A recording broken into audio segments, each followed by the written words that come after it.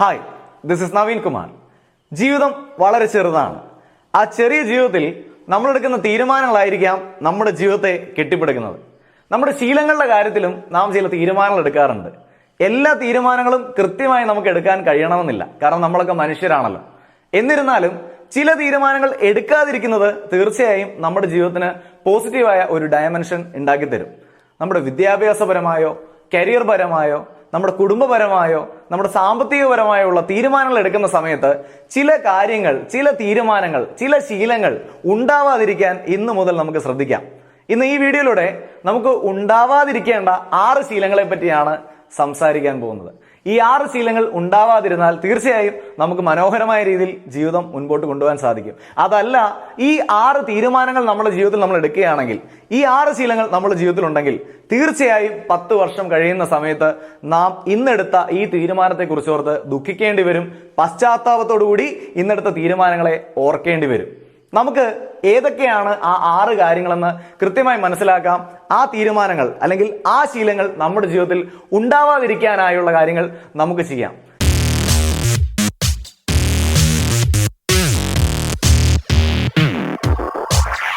ഇതേപോലെ നമ്മുടെ ജീവിതത്തിൽ പ്രയോജനം ചെയ്യുന്ന വീഡിയോസ് കാണുന്ന നിങ്ങൾക്ക് ഇഷ്ടമാണെങ്കിൽ ഈ വീഡിയോയുടെ തൊട്ട് താഴെ കാണുന്ന സബ്സ്ക്രൈബ് ബട്ടൺ ക്ലിക്ക് ചെയ്തുകൊണ്ട് ഈ ചാനൽ സബ്സ്ക്രൈബ് ചെയ്യുക. ഇതേപോലുള്ള വീഡിയോകളുടെ നോട്ടിഫിക്കേഷൻ ലഭിക്കാനായി തൊട്ടടുത്തുള്ള ബെൽ ഐക്കൺ കൂടി ഒന്ന് ക്ലിക്ക് ചെയ്യുക. നാം വീട്ടിലേക്ക് എന്തെങ്കിലും ഒരു സാധനം വാങ്ങിക്കുകയാണെങ്കിൽ, എന്തെങ്കിലും ഒരു ഇലക്ട്രോണിക് എക്യുപ്മെന്റ് വാങ്ങിക്കുകയാണെങ്കിൽ അതിനോടൊപ്പം ഒരു യൂസർ മാനുവൽ കിട്ടും. ആ യൂസർ മാനുവൽ എടുത്ത് നോക്കിക്കഴിഞ്ഞാൽ ആ മെഷീൻ എങ്ങനെയൊക്കെ ഉപയോഗിക്കണം, എങ്ങനെയൊക്കെ ഉപയോഗിക്കേണ്ട എന്ന് നമുക്ക് മനസ്സിലാക്കാം. എന്നാൽ നമ്മുടെ ജീവിതത്തിൽ എങ്ങനെയുള്ള തീരുമാനങ്ങൾ എടുക്കണം, എങ്ങനെയുള്ള തീരുമാനങ്ങൾ എടുക്കണ്ട എന്നുള്ള യൂസർ മാനുവൽ ഒന്നും ഇല്ല. എന്നിരുന്നാലും ഒരുപാട് പേരുടെ ജീവിതത്തിൽ നിന്നും മനസ്സിലാക്കിയെടുത്ത 6 കാര്യങ്ങളിലെ ഒന്നാമത്തെ കാര്യം ഇതാണ്. നാം എല്ലാവരും സോഷ്യൽ ബീയിങ്സ് ആണ്. നമ്മൾ സമൂഹത്തിൽ ജീവിക്കുന്ന ആളുകളാണ്. അതുകൊണ്ട് തന്നെ സമൂഹത്തിന്റെ അംഗീകാരം അല്ലെങ്കിൽ സമൂഹത്തിന്റെ അക്സെപ്റ്റൻസ് നമ്മൾ എല്ലാവരും ആഗ്രഹിക്കുന്ന കാര്യമാണ്. അങ്ങനെ ആഗ്രഹിക്കുമ്പോൾ നാം ചെയ്യുന്ന ഒരു ശീലം, അങ്ങനെ ആഗ്രഹിച്ചുകൊണ്ട് നാം എടുക്കുന്ന ഒരു തീരുമാനം, അതാണ് ഒന്നാമതായി തിരുത്തേണ്ട തീരുമാനം. ആ തീരുമാനം ഇതാണ്: സേയിങ് യെസ് ടു ഓൾ. എല്ലാവരോടും യെസ് പറയുക.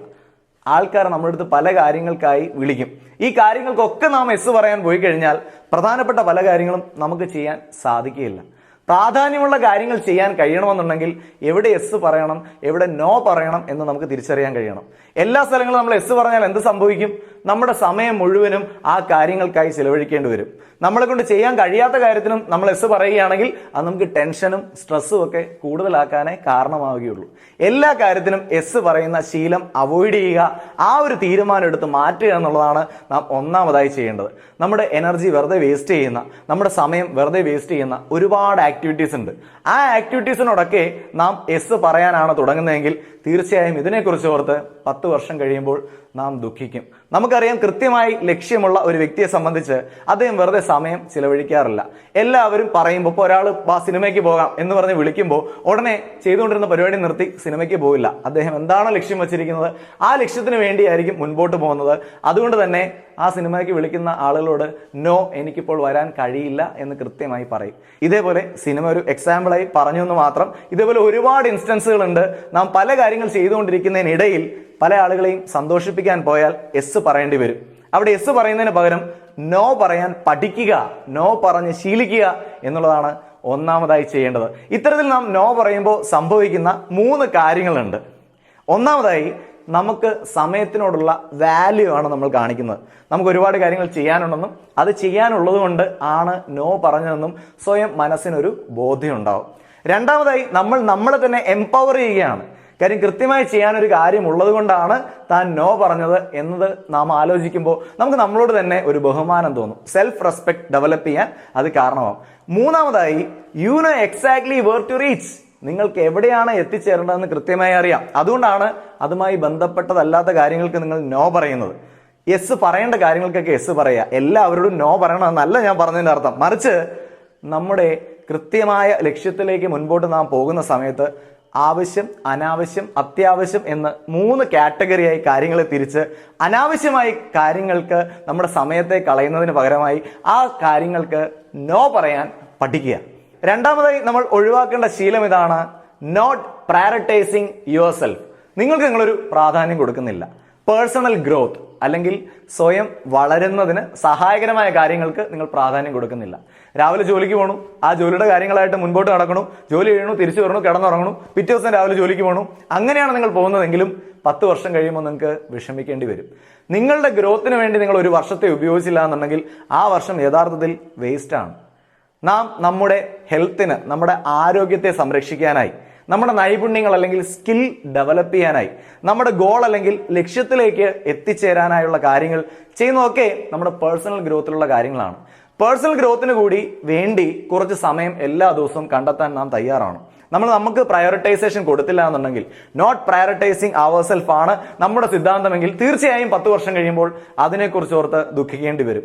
ഇന്നു മുതൽ നമുക്ക് എന്തൊക്കെ സ്കില്ലാണ് പുതുതായി അക്വയർ ചെയ്യാൻ കഴിയുന്നത്, നമുക്ക് എന്തൊക്കെ കാര്യങ്ങളാണ് പുതുതായി പഠിക്കാൻ കഴിയുന്നത്, നമുക്ക് എങ്ങനെയൊക്കെ നമ്മുടെ ശരീരത്തിന്റെ ആരോഗ്യം കുറച്ചുകൂടി മെച്ചപ്പെടുത്താം, അതിനെക്കുറിച്ച് കൂടി ചിന്തിക്കാനായി കുറച്ച് സമയം കണ്ടെത്തുക. ആ സമയം കണ്ടെത്തി കൃത്യമായി ഉപയോഗിച്ചാൽ തീർച്ചയായും നിങ്ങളുടെ പേഴ്സണൽ ഗ്രോത്തിന് അത് സഹായിക്കുകയും അത് 10 വർഷം കഴിയുമ്പോൾ അല്ലെങ്കിൽ മുൻപോട്ട് പോകുമ്പോൾ നിങ്ങൾക്ക് സന്തോഷിക്കാനുള്ള ചില കാര്യങ്ങളായി മാറുകയും ചെയ്യും. മൂന്നാമതായി നമ്മൾ ഉപേക്ഷിക്കേണ്ട ശീലം ഇതാണ്: ഫോർഗെറ്റിംഗ് ഫ്രണ്ട്സ്. നമ്മുടെ സുഹൃത്തുക്കളെ മറന്നുപോവുക. ആരാണ് യഥാർത്ഥത്തിൽ നമ്മുടെ സുഹൃത്തുക്കൾ? നമ്മൾ തിരഞ്ഞെടുക്കുന്ന നമ്മുടെ കുടുംബമാണ് നമ്മുടെ സുഹൃത്തുക്കൾ. അങ്ങനെ തിരഞ്ഞെടുത്ത നമ്മുടെ കുടുംബത്തിലെ ആളുകളെ അല്ലെങ്കിൽ അങ്ങനെ തിരഞ്ഞെടുത്ത നമ്മുടെ സുഹൃത്തുക്കളെ മറക്കാതിരിക്കുക. എന്താണ് മറക്കാതിരിക്കുക എന്നുകൊണ്ട് അർത്ഥമാക്കുന്നത്? എപ്പോഴും അവരോടൊപ്പം നടക്കുക എന്നല്ല. നിങ്ങളൊരു ജോലിയും കാര്യങ്ങളൊക്കെ ആയിട്ട് പോകുന്ന സമയത്ത് എപ്പോഴും കൂട്ടുകാരോട് നടക്കാൻ സാധിക്കണമെന്നില്ല. എന്നിരുന്നാലും അവർ നിങ്ങളെ വിളിക്കുമ്പോൾ അതൊന്ന് അറ്റൻഡ് ചെയ്യാൻ തയ്യാറാവുക. വിളിക്കുമ്പോൾ നിങ്ങൾ ബിസി ആണെങ്കിൽ തിരിച്ചൊന്ന് വിളിക്കാൻ തയ്യാറാവുക. അവർക്കൊരു റിപ്ലൈ കൊടുക്കാൻ തയ്യാറാവുക. I am busy, I will call you back. അല്ലെങ്കിൽ അവരൊരു മെസ്സേജ് അയക്കുന്ന സമയത്ത് ആ മെസ്സേജ് നിങ്ങൾക്ക് കിട്ടുമ്പോൾ അതിനൊരു റെസ്പോൺസ് കൊടുക്കാൻ നിങ്ങൾ തയ്യാറാവുക. പലപ്പോഴും ഇതിന് നമ്മൾ പ്രാധാന്യം കൊടുക്കാറില്ല എന്നുള്ളതാണ് സത്യം. ശരിയല്ലേ? കൊടുക്കാറുണ്ടെങ്കിൽ നല്ല കാര്യം. കൊടുക്കാറില്ല എന്നുണ്ടെങ്കിൽ ഇന്നു മുതൽ അതിന് കൂടി കുറച്ച് പ്രാധാന്യം കൊടുക്കാം. കാരണം കുറെ നാൾ കഴിയുന്ന സമയത്ത് നിങ്ങളുടെ ഇപ്പോഴുള്ള ബിസി ലൈഫ് ഒരുപക്ഷെ അവസാനിച്ചെന്ന് വരും. ഇത്രയധികം തിരക്കോടുകൂടി നിങ്ങൾക്ക് ജീവിക്കേണ്ടി വരില്ലായിരിക്കാം. ആ സമയത്ത് നിങ്ങളോടൊപ്പം നിൽക്കാൻ നിങ്ങൾ തിരഞ്ഞെടുത്ത ഈ കുടുംബങ്ങൾ മാത്രമേ കാണൂ. ഈ സുഹൃത്തുക്കളായിരിക്കും നിങ്ങളോടൊപ്പം കാണുന്നത്. ആ സുഹൃത്തുക്കളെ നഷ്ടപ്പെടുത്താതിരിക്കുക. തീർച്ചയായും നമ്മുടെ സുഹൃത്തുക്കളെ മറന്നു പോകാതിരിക്കുക. അവർക്ക് വേണ്ടത്ര വാല്യൂ കൊടുക്കുക. ഒരുപാട് നല്ല നിമിഷങ്ങൾ നമ്മൾ ഒരുമിച്ച് ചിലവഴിച്ച് കാണും. ആ ചിലവഴിച്ച നിമിഷങ്ങളൊക്കെ ഇടയ്ക്ക് മനസ്സിലേക്ക് കൊണ്ടുവരുന്നത് തന്നെ നമ്മുടെ കൂടെ കുറച്ച് പേരുണ്ട് എന്നുള്ളൊരു സ്ട്രെങ്ത് കിട്ടാൻ സഹായിക്കുന്ന കാര്യമാണ്. നമ്മുടെ സുഹൃത്തുക്കൾ പലപ്പോഴും നമ്മൾ ഒന്നുമല്ലാതാവുന്ന സമയത്ത് നമ്മളെ കൈപിടിച്ച് ഉയർത്തുന്ന രക്ഷകന്മാരാണ്. അതുകൊണ്ട് അവരെ മറക്കാതിരിക്കുക. മൂന്നാമതായി നാം ഉപേക്ഷിക്കേണ്ട ശീലം ഇതാണ്: ഫോർഗെറ്റിംഗ് അവർ ഫ്രണ്ട്സ്. നമ്മുടെ സുഹൃത്തുക്കളെ മറക്കുന്ന ശീലം അത് ഒഴിവാക്കാം. നമ്മുടെ സുഹൃത്തുക്കളോടൊക്കെ നമുക്ക് സംസാരിക്കാം, നമുക്ക് അവരുമായി മെസ്സേജ് അയക്കാം, അവരെ നേരിട്ട് കാണാൻ കിട്ടുന്ന അവസരങ്ങൾ നഷ്ടപ്പെടുത്താതിരിക്കാം. നാലാമതായി, giving in to your fears. നിങ്ങളുടെ പേടികൾക്ക് നിങ്ങൾ പ്രാധാന്യം കൊടുക്കുകയാണ്. ചോദിക്കേണ്ട പല കാര്യങ്ങളും നിങ്ങൾ ചോദിക്കാൻ പേടിക്കുന്നു. പറയേണ്ട പല കാര്യങ്ങളും പറയാതിരിക്കുന്നു. നിങ്ങൾക്ക് മറുപടി പറയാൻ അറിയാം എന്നിരുന്നിട്ടും നിങ്ങൾ മറുപടി പറയാതിരിക്കുന്നു. നിങ്ങൾക്ക് കിട്ടേണ്ട ഒരു പ്രൊമോഷൻ നിങ്ങൾ ചോദിക്കാതിരിക്കുന്നു.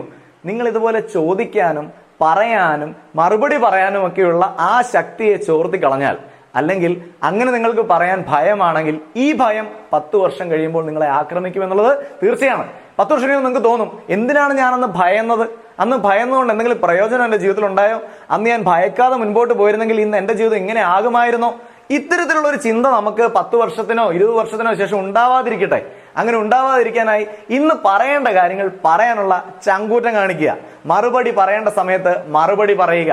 അത് ആരുടെ മുഖത്ത് നോക്കിയാണെങ്കിലും മാന്യമായ ഭാഷയിൽ പറയാൻ നാം ഇന്ന് തയ്യാറാവുക എന്നുള്ളത് തന്നെയാണ് ചെയ്യേണ്ടത്. പലപ്പോഴും നമുക്ക് ഇൻവെസ്റ്റ്മെന്റ് നടത്തണമെന്നും ഇൻവെസ്റ്റ്മെന്റ് ചെയ്തു വെച്ച് കഴിഞ്ഞാൽ ഭാവിയിൽ നമുക്ക് അതിൽ നിന്ന് ഗുണം ഉണ്ടാവുമെന്നൊക്കെ അറിയാം. പക്ഷേ ആ ഇൻവെസ്റ്റ്മെന്റ് നടത്താൻ ഭയമായിരിക്കും.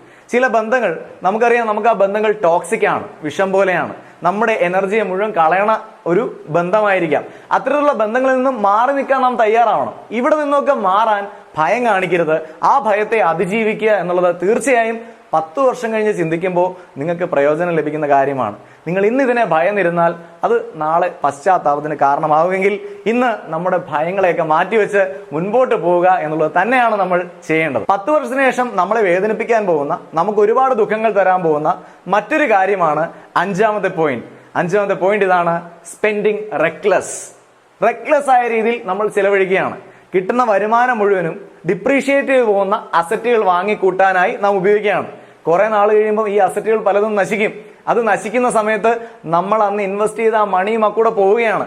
ഇത്തരത്തിൽ പോകുമെന്നുള്ളത് തിരിച്ചറിയാതെ വെറുതെ അൺനെസസറി ആയ രീതിയിൽ ഒരുപാട് അസറ്റുകൾ വെറുതെ വാങ്ങിക്കൂട്ടുകയാണ്. ഞാൻ വീണ്ടും സൂചിപ്പിക്കുന്നു, ഡിപ്രീഷിയേറ്റ് ചെയ്ത് പോകുന്ന അസറ്റുകൾ വാങ്ങിക്കൂട്ടുകയാണ്.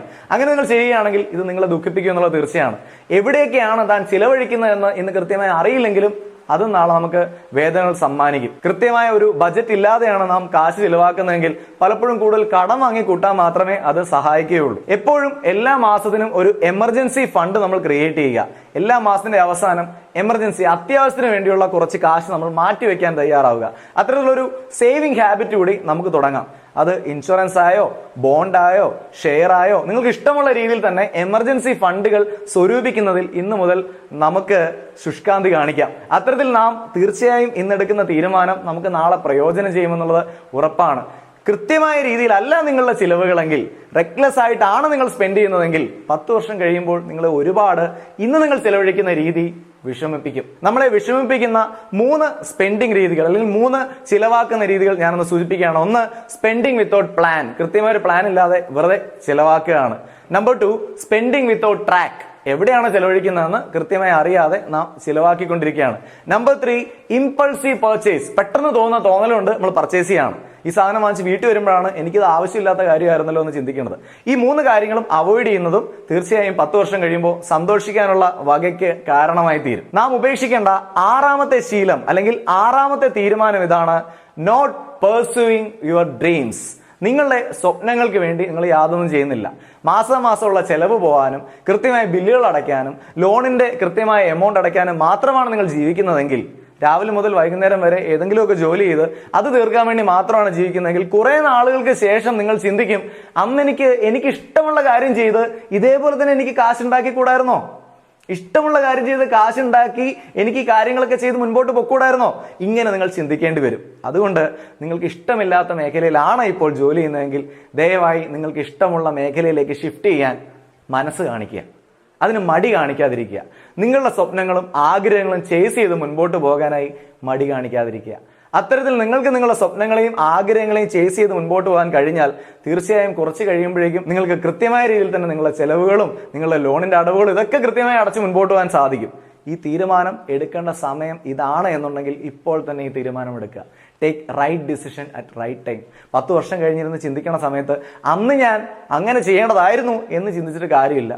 അപ്പോൾ ഇന്നത്തെ ദിവസങ്ങൾ അല്ലെങ്കിൽ ഇപ്പോഴത്തെ ദിവസങ്ങളൊക്കെ നമ്മുടെ കയ്യിൽ നിന്നും പോയി കഴിയും. കൃത്യമായി നമ്മുടെ സ്വപ്നങ്ങളെ ചേസ് ചെയ്യാതിരിക്കുക എന്നുള്ള നമ്മുടെ ശീലം അവസാനിപ്പിക്കാം. നമ്മുടെ സ്വപ്നങ്ങളെ ചേസ് ചെയ്ത് മുൻപോട്ട് പോകാനുള്ള ഒരു മനസ്സുകൂടി നമുക്ക് ഇന്നു മുതൽ കാണിച്ചു തുടങ്ങാം. 10 വർഷം മുൻപ് നമ്മളെടുത്ത പല തീരുമാനങ്ങളും ഇന്ന് നമ്മളെ വേദനിപ്പിക്കുന്നുണ്ട്. പല തീരുമാനങ്ങളും അങ്ങനെയല്ല, മറ്റൊരു രീതിയിലായിരുന്നു എടുക്കേണ്ടത് എന്ന് നമ്മൾ ചിന്തിക്കാറുണ്ട്. എന്നാൽ ഇന്നു മുതൽ അടുത്ത 10 വർഷം കഴിയുന്ന സമയത്ത് നമുക്ക് സന്തോഷമായി ഇരിക്കാനായി നമുക്ക് ചില തീരുമാനങ്ങൾ ഉപേക്ഷിക്കാം. നാം ഉപേക്ഷിക്കേണ്ട ആ തീരുമാനങ്ങൾ അല്ലെങ്കിൽ നാം ഉപേക്ഷിക്കേണ്ട ആ ശീലങ്ങൾ ഏതൊക്കെയാണെന്ന് ഒന്ന് റീക്യാപ്പ് ചെയ്യുകയാണ്. Number 1, saying yes to everything. എല്ലാ കാര്യത്തിനും യെസ് പറയുക. അങ്ങനെ യെസ് പറഞ്ഞിട്ട് പലതും നമുക്ക് ചെയ്യാൻ പറ്റാണ്ട് വരിക, അങ്ങനെ ചെയ്യാൻ പറ്റിയില്ലോ എന്നോർത്ത് വിഷമിക്കുക, അങ്ങനെ നമ്മുടെ വിലപ്പെട്ട ഒരുപാട് സമയം വെറുതെ കളയുക. ഈ ശീലം നമുക്ക് അവസാനിപ്പിക്കാം. Number 2, not prioritising your self. നിങ്ങളുടെ പേഴ്സണൽ ഗ്രോത്തിന് വേണ്ടി സമയം കണ്ടെത്തണില്ല. നിങ്ങളുടെ ആരോഗ്യത്തിനും അതേപോലെ നൈപുണ്യങ്ങൾ വികസിപ്പിക്കാനും ലക്ഷ്യങ്ങൾ നേടിയെടുക്കാനും ഒക്കെയുള്ള വിലപ്പെട്ട സമയം വേണ്ട രീതിയിൽ ഉപയോഗിക്കാതിരിക്കുക. അങ്ങനെ ഉപയോഗിക്കാതിരിക്കുന്നുണ്ടെങ്കിൽ ആ ശീലവും ഇന്നു മുതൽ നമുക്ക് അവസാനിപ്പിക്കാം. Number 3, forgetting your friends. നിങ്ങളുടെ സുഹൃത്തുക്കളെ നിങ്ങൾ കുറച്ചൊക്കെ തിരക്കുകൾ വരുന്ന സമയത്ത് മറന്നു പോകുന്നു. അങ്ങനെ മറക്കാതിരിക്കുക. ആ സുഹൃത്തുക്കളുമായുള്ള ബന്ധം എന്നും നിലനിർത്തി മുൻപോട്ട് കൊണ്ടുപോവുക. Number 4, giving in to your fears. ചില കാര്യങ്ങൾ ചോദിക്കാൻ പേടി, ചില റിലേഷൻഷിപ്പിൽ നിന്നും പുറത്തു കടക്കാൻ പേടി, ഇത്തരത്തിലുള്ള പേടിയെ അതിജീവിച്ച് മുൻപോട്ട് പോകാൻ തയ്യാറാവുക. Number 5, spending reckless.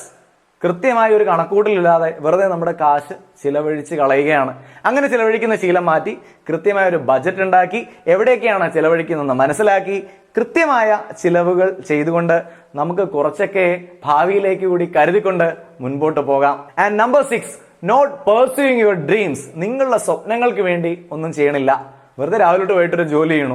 നിങ്ങളുടെ സ്വപ്നങ്ങളും ആഗ്രഹങ്ങളും നടപ്പിലാക്കാൻ കൂടി സമയം കണ്ടെത്തി അതിനായി ഇറങ്ങിത്തിരിക്കാൻ മനസ്സ് കാണിക്കുക. ഈ 6 കാര്യങ്ങൾ കൃത്യമായ രീതിയിൽ ചെയ്യുകയാണെങ്കിൽ തീർച്ചയായും 10 വർഷം കഴിയുമ്പോൾ നമുക്ക് കുറ്റബോധം ഉണ്ടാവുകയില്ല.